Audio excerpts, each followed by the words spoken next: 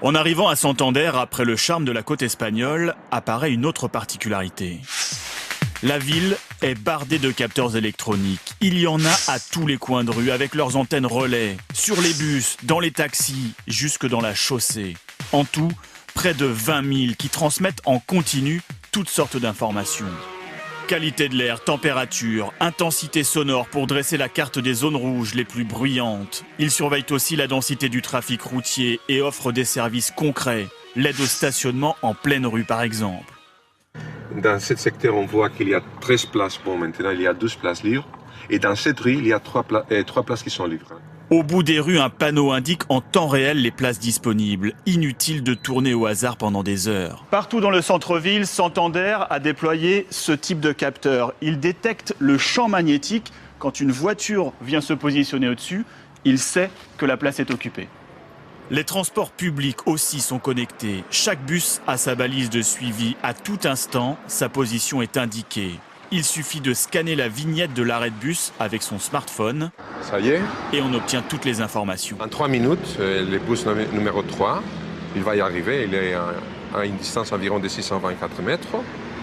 Je peux voir où en sont les bus, mais aussi les horaires des trains, s'il y a des taxis disponibles dans les différentes stations. Et c'est vraiment fiable. Ça me facilite vraiment la vie.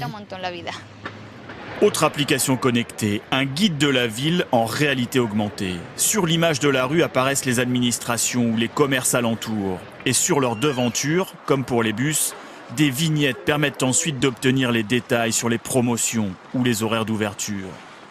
Les services publics de la ville aussi sont connectés pour une gestion plus intelligente. Nous sommes maintenant dans le plus grand parc de Santander et là encore, les capteurs ont leur place. Ici, l'éclairage public est réduit à son strict minimum la nuit, sauf quand les capteurs détectent une présence. Et ce n'est pas la seule économie qu'ils permettent. Venez voir.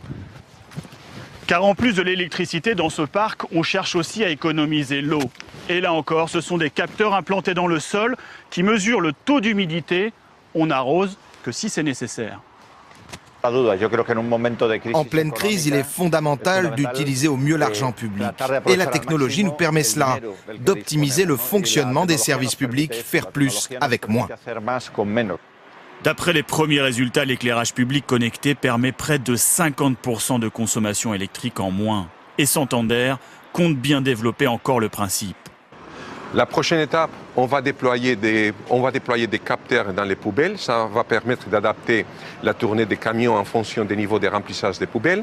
Et aussi, on va déployer des capteurs au niveau des tuyaux de l'eau pour mesurer en temps réel la qualité. Bientôt, tous les services publics seront équipés, mais Santander est déjà souvent considéré comme la ville la plus connectée du monde.